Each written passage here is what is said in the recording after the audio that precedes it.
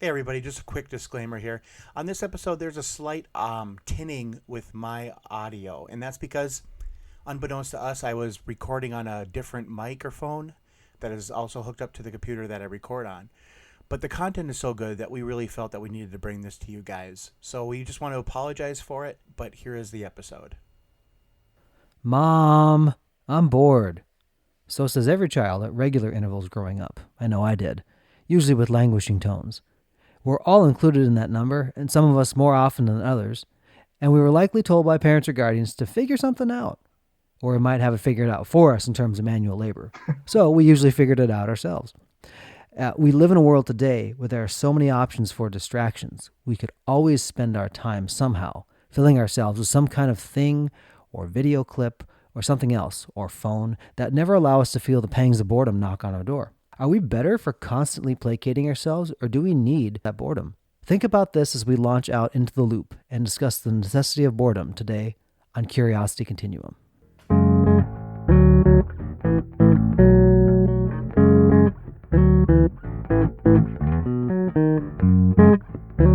Hey everybody, this is Josh. And this is Brian. Thank you for joining us today on Curiosity Continuum. For those of you tuning in for the first time, Curiosity Continuum is a podcast and movement started by two lifelong friends, Brian and myself, who want to share conversations with you that explore, examine, and reframe common, practical topics that spark your curiosity, help you integrate information, and enhance your everyday contextual awareness in a constantly changing world. You can find us online at www.curiositycontinuum.com. Continuum has two U's in it. I still have to work on that when I type it in my browser as well. You can listen to us on iTunes, Google Play, or Spotify. We have links on the website. And please follow us on social media, subscribe to the podcast, and please interact with us and rate us. We'd love to hear your feedback on the podcast. So today we are addressing the necessity of boredom, or kind of this idea that everything has boredom and tedium to it. I want to ask Josh an opening question. So what did your mom tell you to do growing up when you were bored? And the answer is probably different as you got older too. Oh yeah. When I was young, stayed in the house mostly. I kind of remember it was like, well, go find something, or you can clean your room, or go out here and do this, or just stay away from me, or something like that. I think my mom was always really there for us and did lots of things for us, but I think sometimes we really push her buttons. I think, yeah, every child pushes the buttons, and Yeah, only years later do you realize that it's hard to beat you, yourself out of someone else, so you kind of so you got to say, just get out of my hair for a while. right. I think those spaces are important though, because especially as a parent, you're filled with so much attention that you're giving to other people other than yourself, that sometimes you don't have a fallow moment. Just like look at the wall or put your brain in neutral or something like that. I know my mom would do the same thing. Cleaning my room was probably in there somewhere. I know for me, depending, sometimes, growing up in Minnesota, you don't have the option of going outside Right. unless you want to freeze to death in a very short period of time. So Or when it is nice and you almost feel like you have to go outside. that's true. It's like, I need to go outside now, because otherwise pretty soon it's going to turn to road construction season and we will never see this again for another 11 months or so.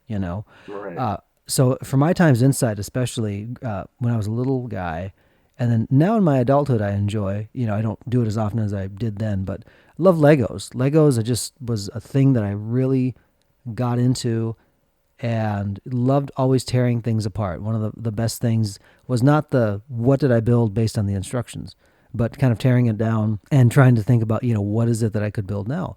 Those are my favorite inventions that I still remember to this day.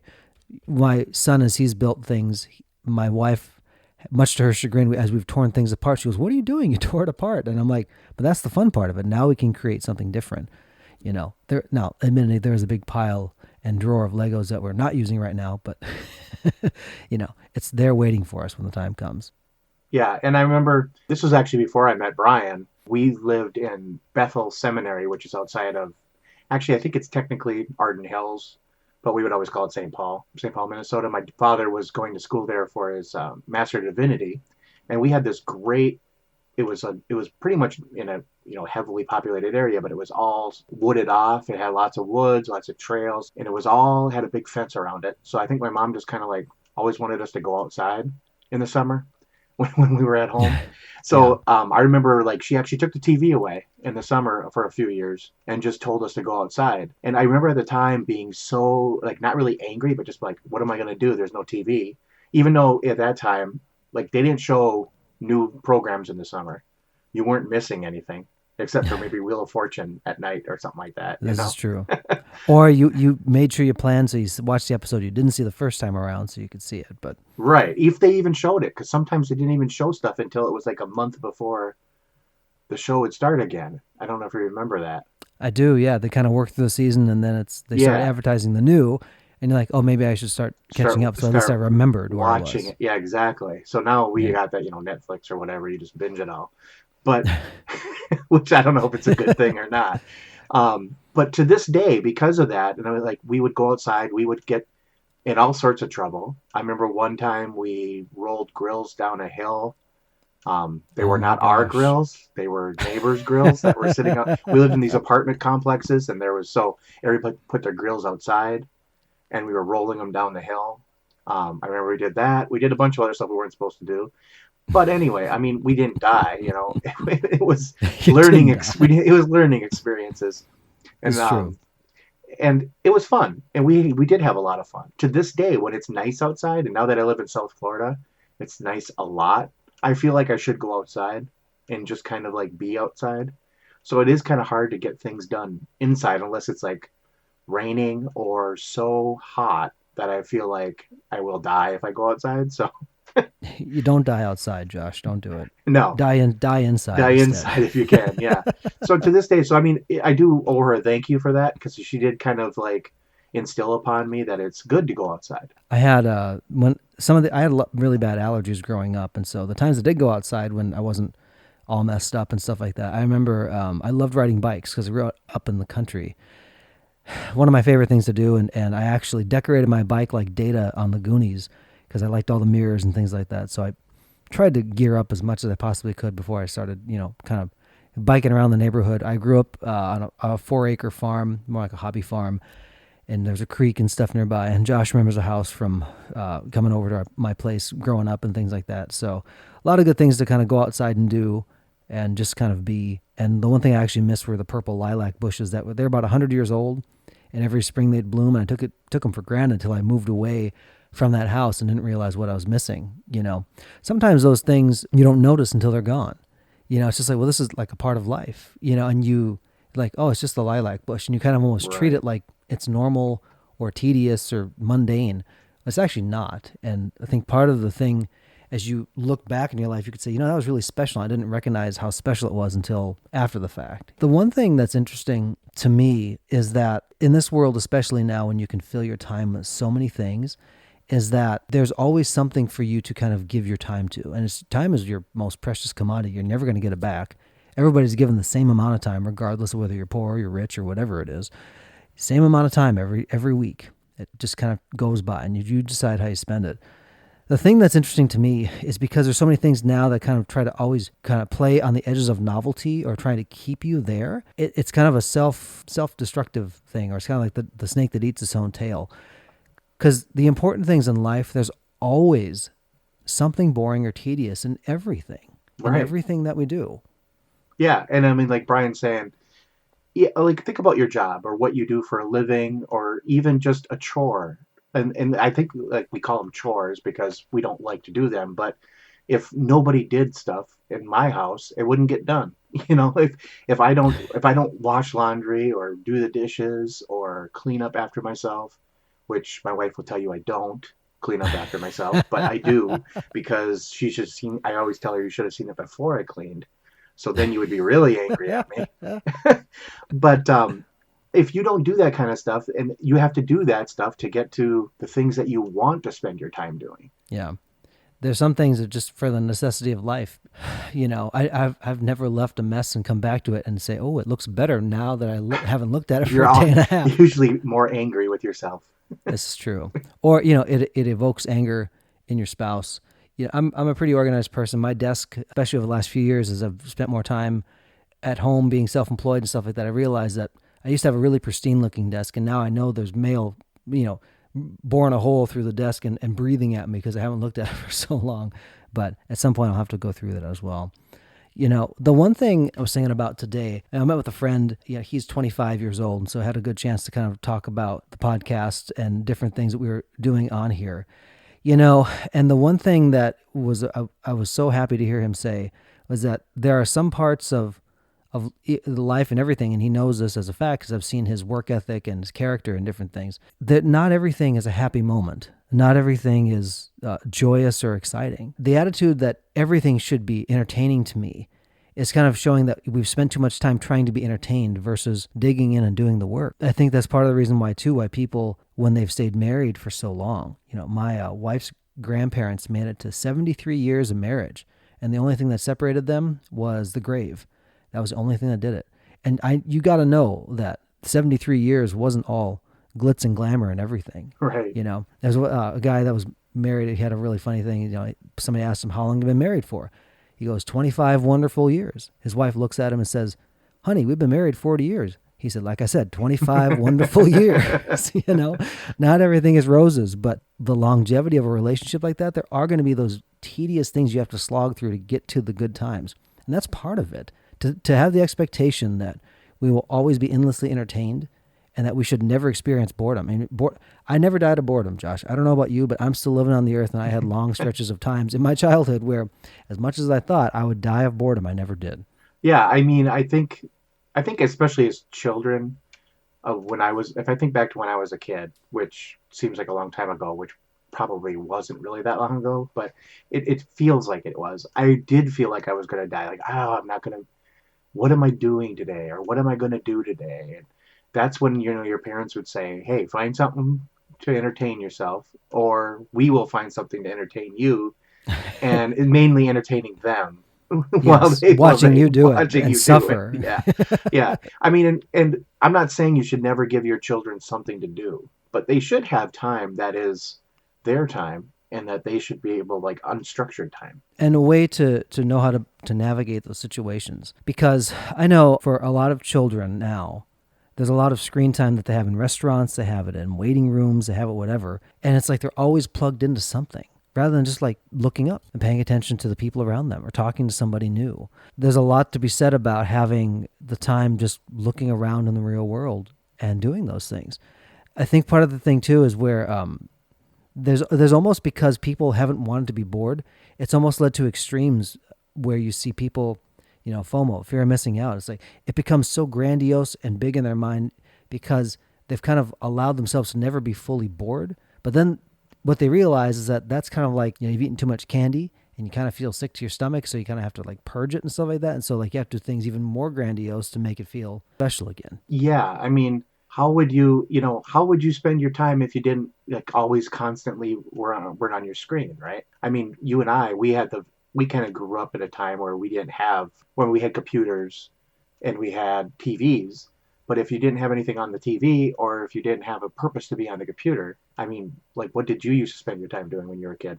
I loved playing cards. Since I've moved away from the north and moved further south, a little bit harder to find people that like to play cards.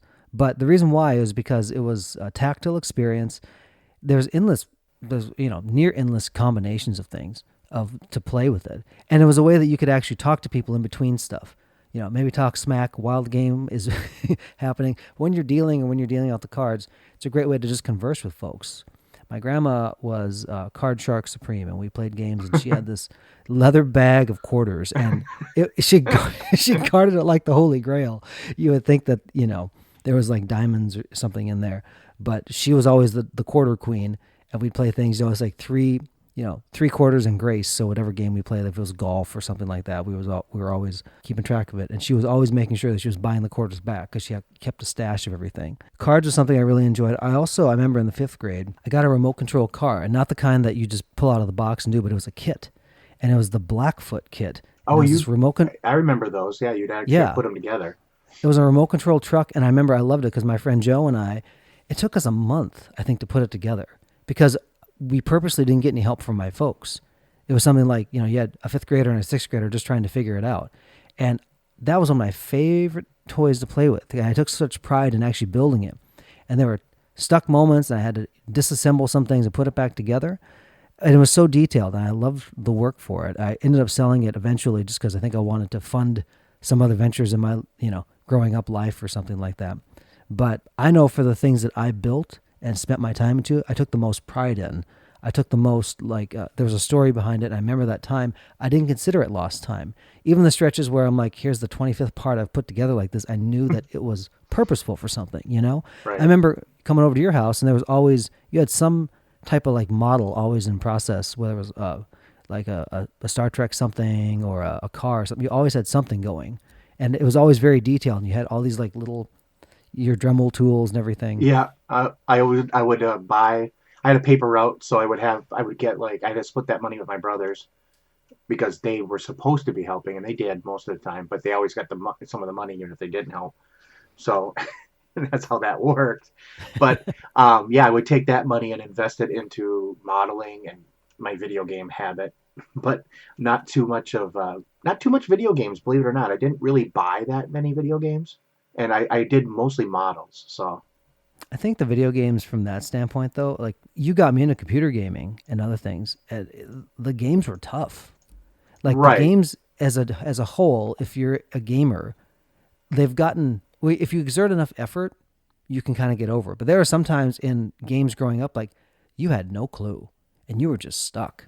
And you had to beg, borrow, and steal, or beg your mom to call the Nintendo hotline out in California because it was a long distance phone call. right, It's like it's going to be $2 a minute. You better ask real quick the guy on the other end of the phone right. to see what's going on. I don't know. I think those times you start to say, well, what if this? You start to play with possibilities versus always being handed the answer.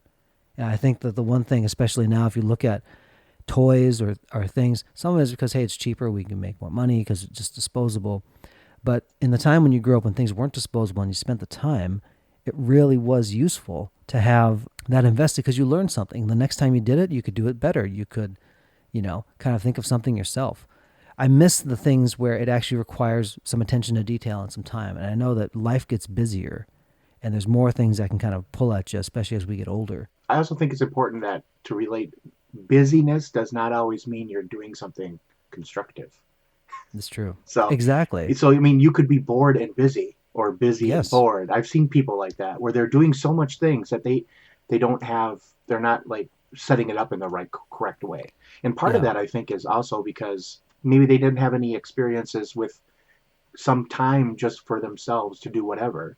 They didn't have these ideas, so they couldn't. It's hard for them to figure out how to structure their work time so that they could get to like time to be, to just not have have unstructured time. And some people, especially this culture, busyness is not the badge of honor to be won here, folks. I think if you said to somebody, "Hey man, how's it going?" or "Hey, hey girl, what's going on?" You say, "Oh, I'm busy." What if you said like, "You know what? I have these stretches of spare time now where I'm bored and I create." I mean, some people probably say you found the unicorn in the field, or some people look at you funny like, "Are you really actually doing all the things you're supposed to do?" But you really are. Yeah, It's so easy to just say busy, and like that's a badge of like you're doing something great. right, I know for me in this season of my life, I have purposely tried to deconstruct my schedule and put it back together, go what needs to come out, what should stay in. Sometimes in a given day, there's a lot of schedule density, but the more and more I go, it's like, is that really the thing that's going to be the best use of time? Because I want those times when I don't have anything. Those are the times I'm creative. Those are the times that I can just recharge and do that. I understand not everybody's, recharges in the same way. But there are some things only when you're left alone all by myself. That's the only way you're going to ever work through some things in your life or whatever else.